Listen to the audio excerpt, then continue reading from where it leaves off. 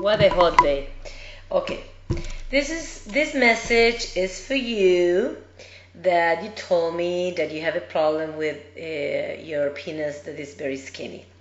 You told me that you have a very good relationship with your wife and she's extremely happy with you, but you are not happy with yourself. And you're trying to make it sound like I'm kind of like this positive guru that is trying to make men feel comfortable about themselves, but with something that is not true. But that is not true. That's not the type of person I am. I'm a very honest person. And I think that you're making a choice. And the choice that you're making is to feel bad about yourself and to create a problem that is not existing right now because your wife is happy. Your wife is happy with you and you are unhappy with yourself. So what do you need to do? You need to go to counseling, okay? You need to go to counseling to work on your self-esteem. Do it.